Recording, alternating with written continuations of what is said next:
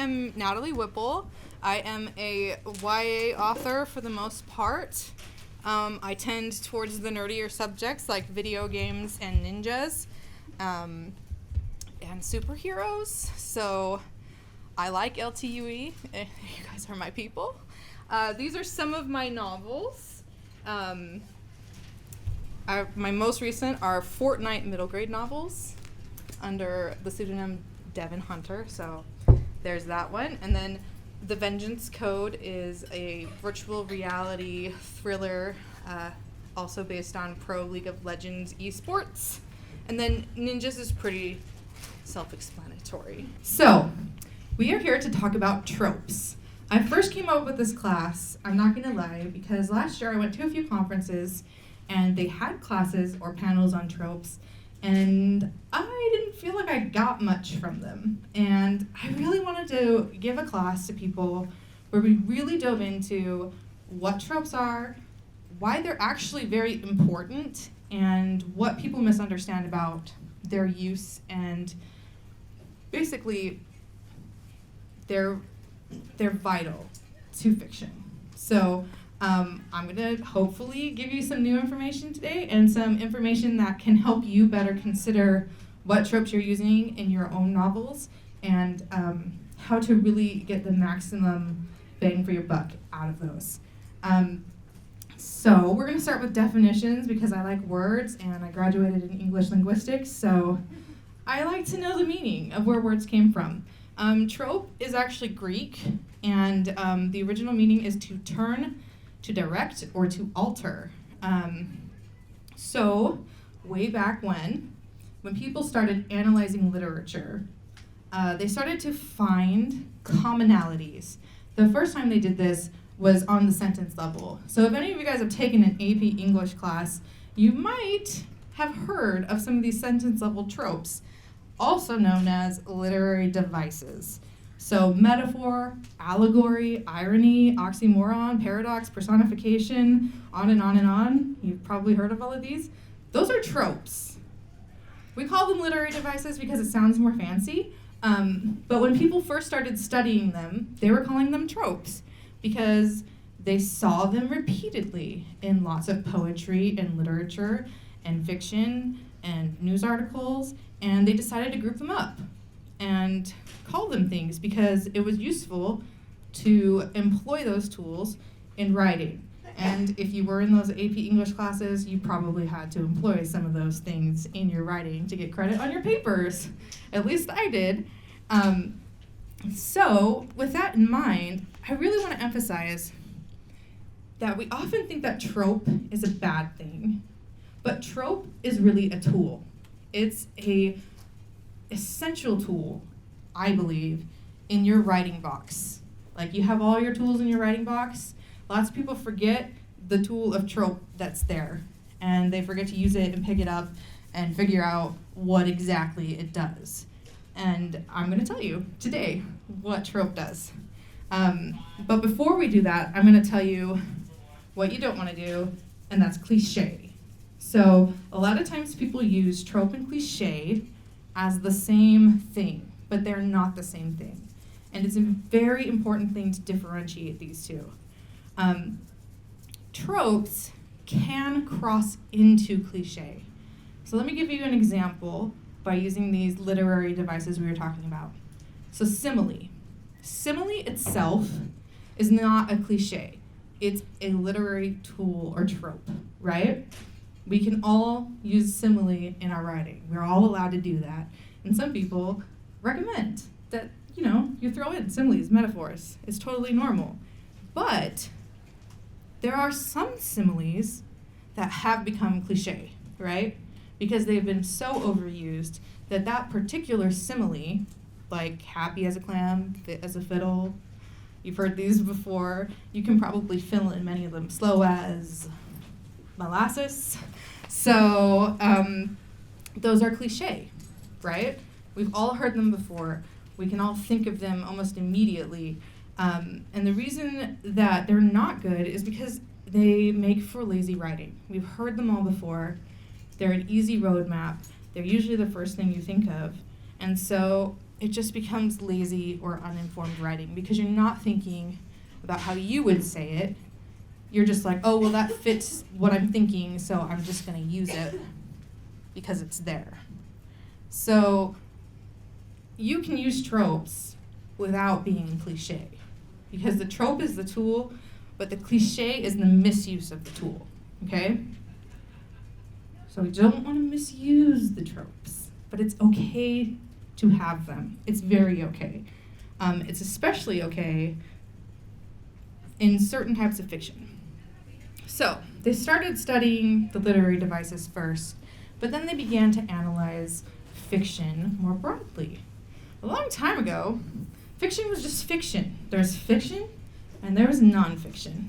And fiction wasn't real, and nonfiction was real stuff. Very simple, right? But they started to categorize, and they found that certain stories had similar elements. And they started calling those elements tropes. And they started gathering those tropes into little categories. And you might be familiar with what these categories are called. Genres. Yeah.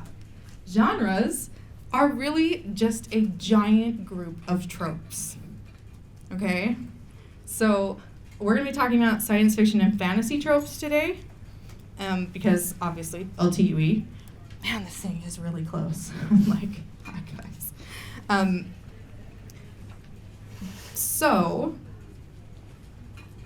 Sorry, I lost my place. They're just a combination of tropes. And if you don't think that you're using tropes, or if you're trying to avoid them, or if you think that your favorite authors in these genres are not using tropes, I hope that by the end of this class you will see that they are, for one, and that, two, you don't need to be afraid of trope. You don't need to be afraid of the roadmap of your genre, okay? So, what are the commonalities that are grouped into different tropes? I came up with several that we're going to talk about, just so you guys can get an idea of what kind of tropes are out there and what categories they fall into.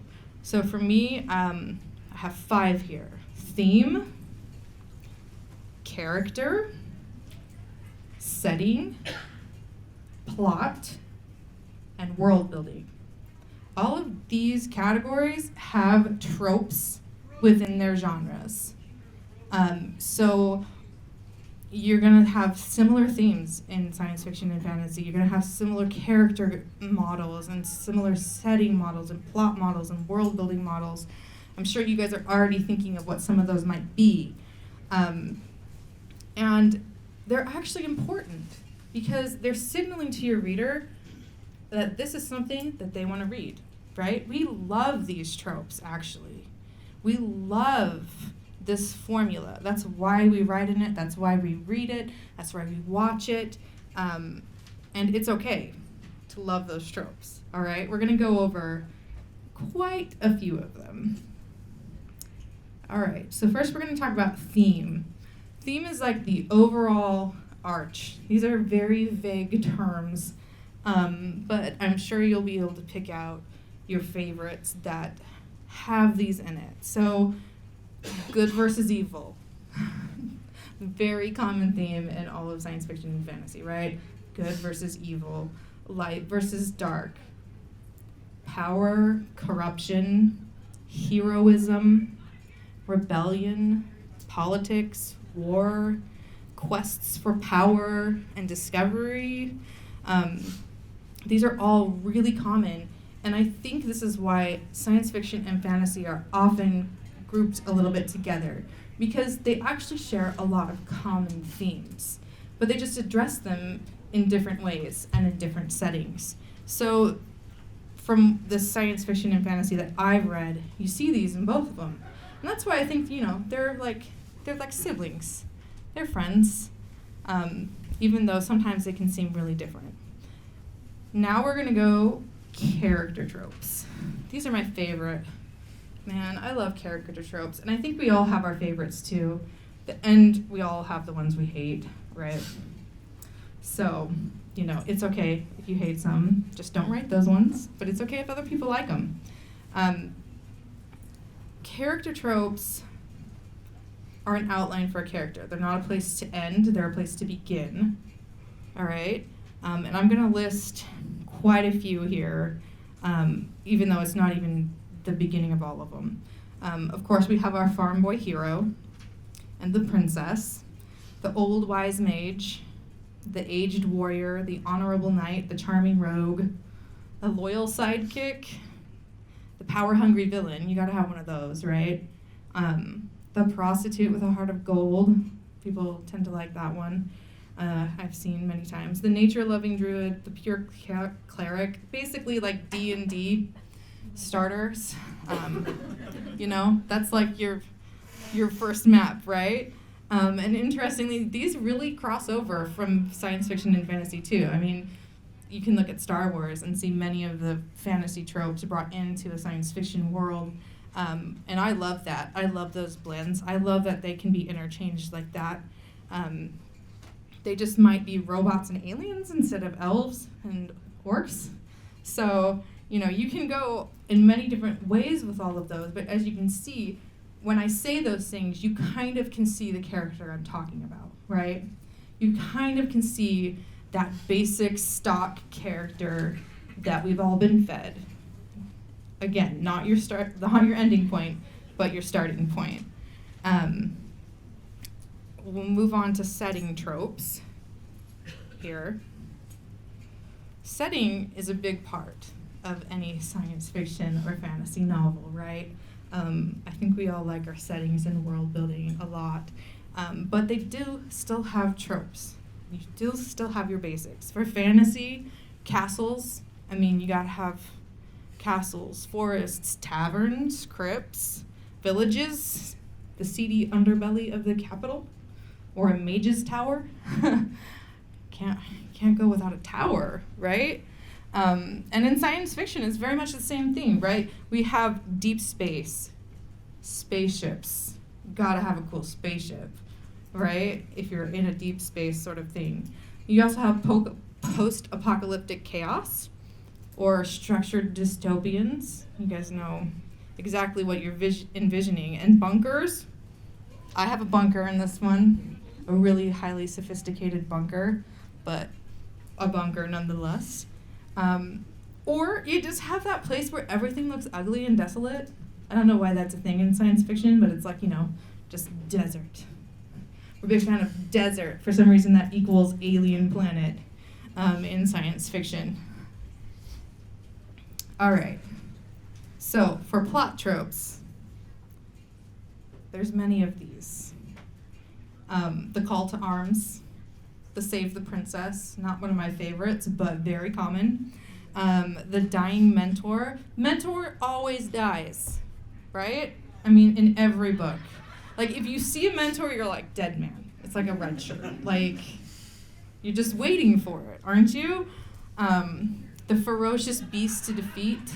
There's always some monster. The quest for a mystical object of some sort. The dying best friend or parent or lover that must be saved by going on a quest to find said magical object. The betrayal of a loyal person and the aftermath of that. The chosen one formula, of course. The redemption of honor. The save the world, universe, galaxy. That's that one always falls somewhere in there, right? And that's okay, because, I mean, who doesn't want to save the world, galaxy, universe place? So, and then overthrowing the unjust, and also, one of my favorites, the heist plot. I'll take one of those in fantasy and science fiction any day. And then finally, some of our world building tropes. For fantasy, dragons, magic, a legendary sword. I mean, who doesn't want a legendary sword? Royalty, kingdoms, religious adaptations, craftsmen, old weaponry, horses, maybe unicorns, right? Basically, like your standard box Middle Ages. You can see that trope, right?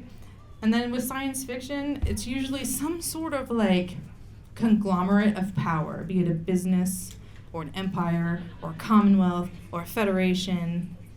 There's usually some kind of big entity that is like taking over the galaxy or the universe or something. Space travel in the world building concepts of science fiction, catastrophic disasters, aliens, robots, genetic mutation, advanced weaponry, off-Earth dwelling, post-Earth scenarios. Those are all different world building setups that are actually fairly common at their base level. So, now that we've gone over those, and I've got you kind of thinking, I want you guys to just picture your own works. How many of you guys are writing? I'm assuming most of you, right? Okay. Picture your own works. I just want you to take a couple minutes. If you want to write it down, you can write it down. I just want you guys to think about some of the tropes in your own work. Just think about what they are. They don't have to be exactly perfect. You can have twists on them. You can have something where you're like, oh, I started there, but I made it this. That's actually what you should be doing. But think about those tropes. Go through your plot, your theme, your characters, your setting, your world building. I really want you to think for a moment about all those different aspects of your book. Like I said, this one has a bunker in it. This one has a conglomerate of evil people in power that must be overthrown. It also has esports, which is a little weird, you know. This one is, ninjas, which is kind of stereotypical, but it also has paranormal activity in the form of Japanese mythology of kami and all sorts of other things. So it has a lot of Asian tropes, but not American tropes. And this is Fortnite. I don't know what to tell you. It's got every Fortnite trope in there. All the skins, all the battles, guns, and stuff. Plus a kid who really wants to get out of the virtual reality version and back home, which also is a middle grade trope. The kid's stuck in a world and wants to get back home. There we go, I found one. See? If I can do it, you can do it, right? So yeah, now that you've thought about that, don't feel insecure about it. I want you to have tropes in your books. You should, especially if you're writing genre, okay? I'm gonna tell you about the power of tropes in genre, okay? When somebody comes to a genre, they're not gonna say it out loud, but they are looking for the tropes. That's why they love the genre. We read fantasy because we like dragons, okay? Like, I don't care if like dragons have been done 5 million times in fantasy. I am cool with more dragons. Like, if every fantasy book had a dragon in it, I'd still be like, yes, sweet, dragon. Because I really like dragons. And that's why I like fantasy. I also really like spaceships. I'm never going to stop liking spaceships. I like all the iterations of them, from Serenity to the Enterprise. Like, they're great. They're imaginative. I want to read about them. It's okay if it's a trope, because that's what we love about the genre, okay? That is what your audience wants, okay? And you need to know what your audience wants if you're going to write genre fiction. If you don't care what your audience wants, you can go write literary fiction, okay? Or you can write genre fiction that doesn't actually fit in the genre and be okay with nobody liking or reading it. Which is, honestly, sometimes what I do. Sometimes I like to break genres, and then people don't like my books, but I'm, like, prepared for it, okay? You have to be prepared. You have to know what you're going to do. And knowing the tropes going in helps you know what your audience wants, okay? That is incredibly powerful, especially if you're looking to sell in a traditional market. I'm indie and traditionally published, so I have written for market and written off market. And it's hard to write on market sometimes for me, because I like to go off in my own little ways and do really weird things like write Asian tropes instead of American tropes and then wonder why nobody wants the book in America. So, that was my bad. I thought I could get away with it, but that book didn't sell in the normal market. It got really close, but all the editors were like, we don't know where to put it. We don't know what this is, because it didn't fit within the genre for them. So, just be aware of that. Your audience wants a certain level of tropes. For example, in fantasy and science fiction, there's usually a promise that the good guys are going to win, eventually. At the end of the entire thing, the wrongs are going to be righted in some form. Maybe not all of them, and probably at huge sacrifice, but the genre usually delivers some form of resolution of the good defeating the evil, right? And if you don't want to do that, you have to be aware that there's going to be backlash. Usually, also, the hero lives. So if you feel like killing off your hero, there might be backlash for that as well. These are promises that genres give. They're also tropes. It also gives you the power to know what your audience expects. And it gives you control over their minds. That sounds a little weird, but I'm being actually serious. If you know what a trope is supposed to do for the audience, then you can subvert it, you can follow it, you can twist it, and you can manipulate what your audience thinks is going to happen and then flip it on its head. All right, so we're going to talk about different examples, and I am going to use one of the greatest franchises of all time for all of my examples of these tropes, and that is Avatar: The Last Airbender.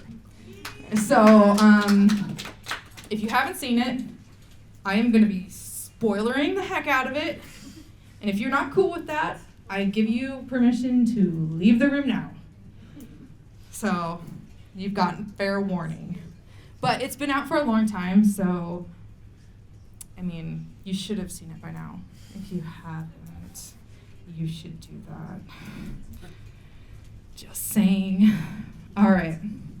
So, the first power that knowing tropes in your genre gives you is the power to avoid cliche. Very simply. This is why readers and writers tell you to read in your genre. Plain and simple. When you read a lot in your genre, you start to see what the common tropes are and what's falling into cliche.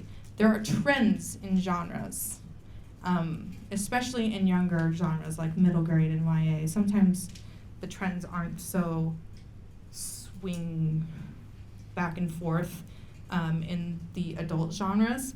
But if you read a lot, you'll see, oh, dragons have been done this way a lot. How can I do dragons a little differently? Oh, elves are always gorgeous, ethereal beings. Is there any way I can twist that on its head? You can look and see that the books that are selling are maybe chosen one stories. Those always do pretty well. And you're like, maybe I should consider pushing that trope of the chosen one. It does really well. And I can do it with this little twist, but it will still fall into the market. Those are really important things to think about, especially if you're selling to a specific market, or especially if you're going into traditional publishing. All right? And I believe, at least, Avatar was really good at avoiding cliche.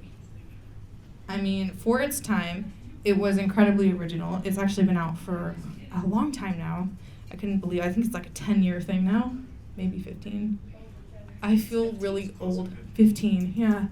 I can't remember which anniversary just passed, but it's been out for a long time, and at its time, it was an Asian-themed fantasy in a largely middle-aged themed fantasy market.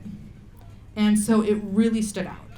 And it not only took those Asian fantasy tropes and did them really well, but also with its own innovation on top of it. And we're going to go over each of those little trope nuances just so you guys can see an example of how this show not only avoided cliche, but used traditional tropes right on the button, and also twisted tropes, and also used tropes to manipulate what you think is going to happen. All right? So these are the 3 powers that you get when you use tropes well. The first thing is that you are absolutely allowed to write a trope well, just a plain old trope. If you want to write that farm boy hero, like, you are allowed to write a really good farm boy hero that stands out and has a personality and goes on that journey and is the hero that we all want him to be. We love a farm boy hero, okay? Like, that's why they're so successful. And Aang is that chosen one, right? Aang is your classic chosen one. He is the avatar. He's the only one like him. He's the only one who can have all 4 elements, and he has to go train them, and he's the one who's supposed to balance the world. I mean, it's a lot of pressure on a 12-year-old's shoulders, right? But it is classic trope. It really is. He is the chosen one. He has to save the world from the Fire Nation leader, Ozai. So that's really standard. It really is. There's nothing in Aang's story that is particularly different from the trope of the chosen one. The thing that makes him different is that we have a little depth to him. He's not just your cookie cutter. He's got personality. He's got humor. He's still a child. He's 12. He goes penguin sledding, for goodness gracious. He's a chosen one. He's like, penguin sledding. I want to go swim on that fish. You know, so you can see that he's still this child, even though he has all these responsibilities. He actually ran away from those responsibilities, so you understand that he sees the magnitude of what he's being asked to do, and he's afraid of it. And we can all identify with that as well, right? So they do that trope really well. We are rooting for Aang. And you want people to root for your main character when you're doing fantasy and science fiction. That's like the thing you gotta have. You have your hero, right? They also do a lot of other great things with normal tropes. Katara is very much the mother hen trope in middle grade, and she's great at it. All right, she's a strong character, and she even points out that she's tired of taking care of everyone, and sometimes she just wants to have fun too. And she's real, and she really does care. And I love her and think she's super strong. Some people think she's boring because they don't like that trope. But I'm the oldest, so I was always that person, and so I think she's amazing. And Sokka, he's your classic humor, right? He's your humor relief in the story, and he's amazing at it, but he also has that depth where he wants to carve out his own place. He's the only non-bender in the group, and he wants to find what he's significant at, and he has his own growth. So even though he's funny, which is great, he also has depth. So it's a well-done trope. Once again, he has his own personality, but he fills the role of the trope as well. You guys can do that in your writing. You can be confident in doing that in your writing. You don't have to feel bad about it. We love those tropes. I'm sure you can think of several that are your favorite that you always come back to, like me and dragons. I'm like, there's a dragon in it? Okay, I'm on board. You don't have to tell me anything else. So yeah, and it's really important too to consider the reason why Avatar can get away with so many traditional tropes is also because their world building is so different for an American audience. I keep saying that because it's important. Because tropes are really different around the world. I study a lot of Asian storytelling, and they have their own tropes, and they have their own character tropes and plot tropes and theme tropes and all of that, and they're different. And they have different expectations for their stories, and sometimes when Western audiences meet Asian storytelling, they don't understand it, and vice versa. So if you're looking to tell stories from other places, you need to study those worlds and those stories to really get in the mindset of what is expected. And we're moving to twisting a trope with this whole different world trope sort of things. That was the biggest twist on the world building in Avatar. And because the world building was so different, we needed average tropes to guide the American audience through a foreign world. And this actually happens a lot in fantasy and science fiction. The world can be so different, and if you have a cast of characters that is also very different from the audience that is reading it, then you're just lost, right? You're lost. That's why most characters have a novice perspective. We think of Harry Potter, right? Harry Potter doesn't know anything. We don't know anything about the world. So it's very easy to teach us about the world through Harry Potter's experiences, right? And this happens a lot in fiction too. We learn a lot from Aang because he's been in Iraq for 100 years and he's coming to this world a little fresh too. Technology has changed, the world has changed. A lot of people he knew aren't alive anymore, and the whole dynamic is different. And so we get to see that through Aang's eyes and through people who do know about the world. And they, as the most normal tropes, give us an easy access to that more complex world building. And you'll see that a lot in many stories, especially middle grade. It helps readers dip their toe into each world building concept as you go along. But some other big twists from Avatar that I personally love. There is a trope in fantasy called the evil uncle, right? Every uncle's evil, guys. Like, the majority of them are out for power and usually kill somebody. Or many people. Scar, yeah. I mean, you could just name, in every fairy tale there's like an evil uncle. Or an evil stepmother, that's another one. So I loved that Avatar twisted this into the good uncle. Uncle Iroh is your mentor, your wise guy, and just all around awesome person, right? And when you think about it, Zuko's own father is the evil uncle. So we're looking at the evil uncle's children. He succeeded in his plot to take over the throne. He had children who he's training to be as terrible as he is. And so we have evil uncle succeeding, and we're seeing the good uncle trying to undo what his terrible brother did by trying to get through to Zuko, right? And I love that twist. And you guys can pull those twists too. And be like, I'm tired of the evil uncle. What happens when there's a good uncle? I'm tired of the princess. Let's change the princess into something else. And you've seen stories where that happens, right? You can do those twists. My other favorite twist on a character is Toph. I love Toph. I am Toph. Okay, I am that jerk. I am that salty little person who pretty much tells the truth all the time, even though people hate me for it, kind of thing. So Toph was I just loved her so much. And she is supposed to embody that little helpless girl stereotype, right? That's what she appears as, and that's what a lot of people in her community view her as. But she is not Tiny Tim. She's not that stereotype either, right? She is strong.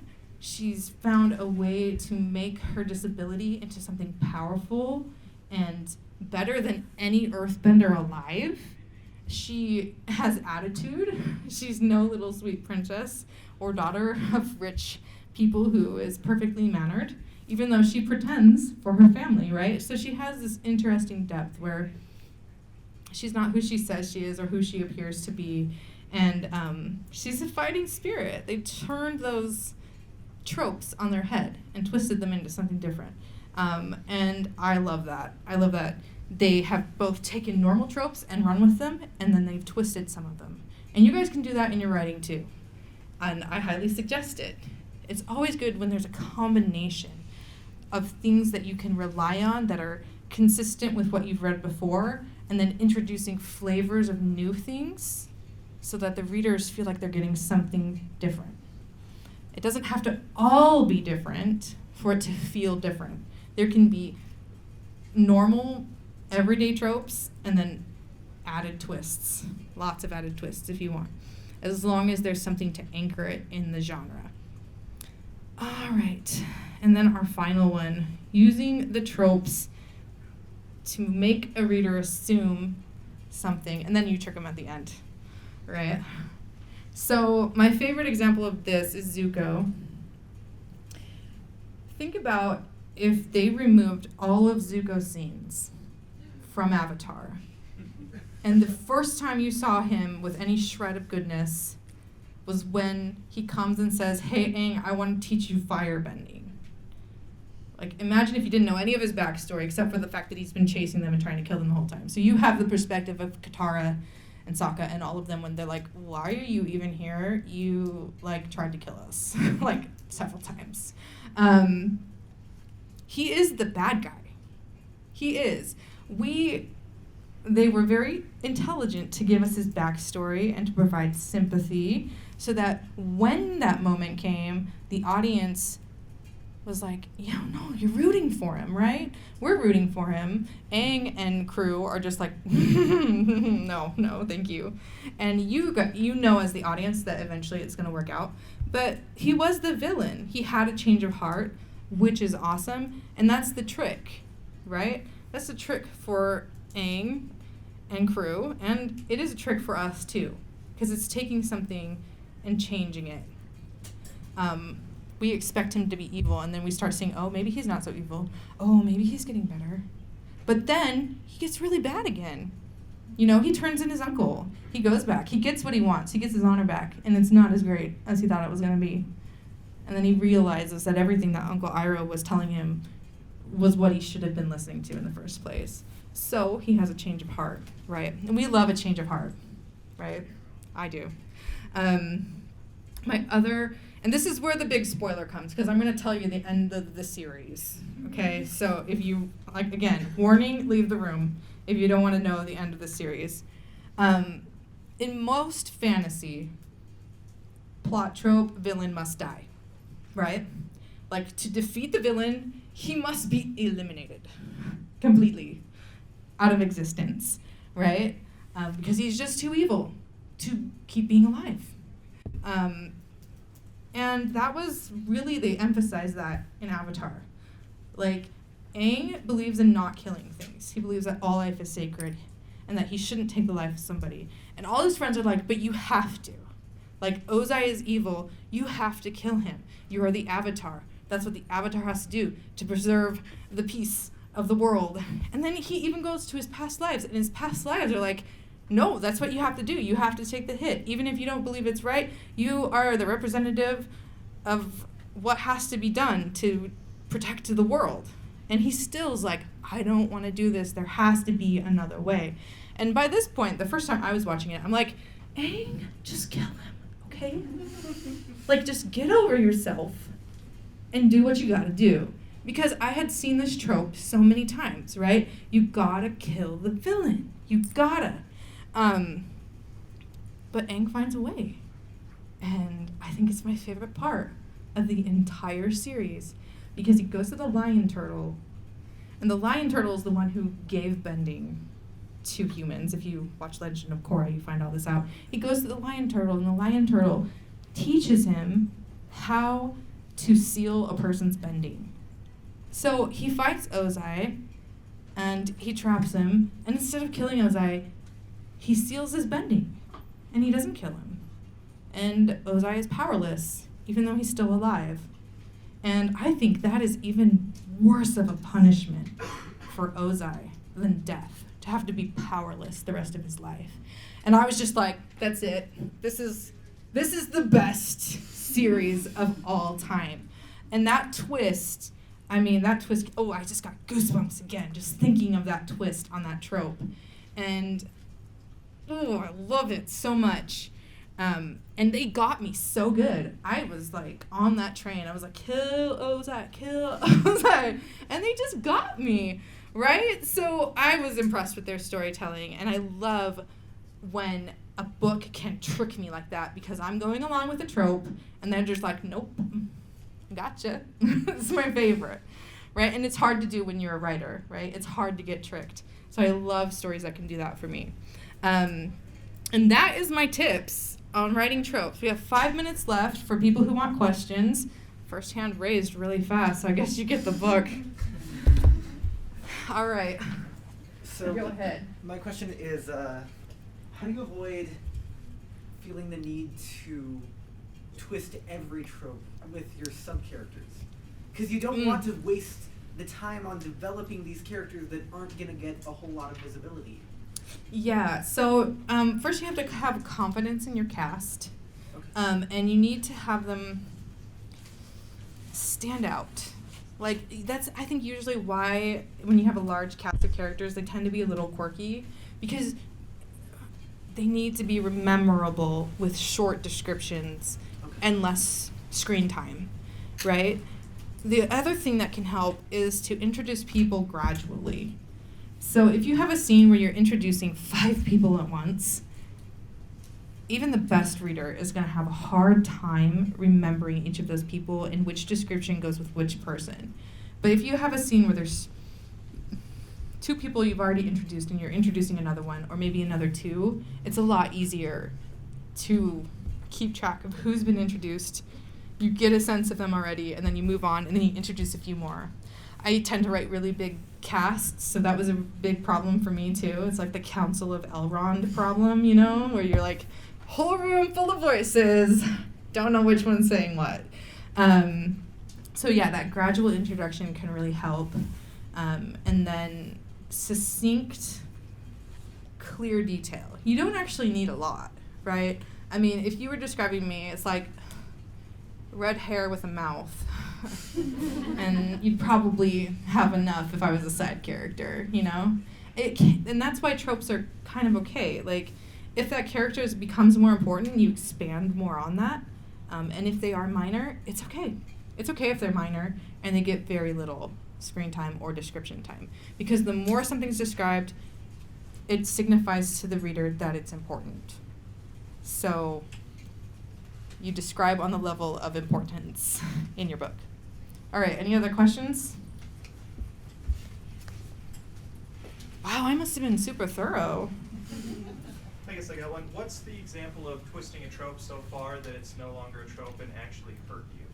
If you can think of one. Because I don't like tropes at all. Okay. I tried to write to avoid them. It's hard for me to think exactly like in a series or franchise because I'm usually pretty positive when I don't like to criticize fandoms. But in my own work, I know I was heavily criticized for House of Ivy and Sorrows, one of my novels.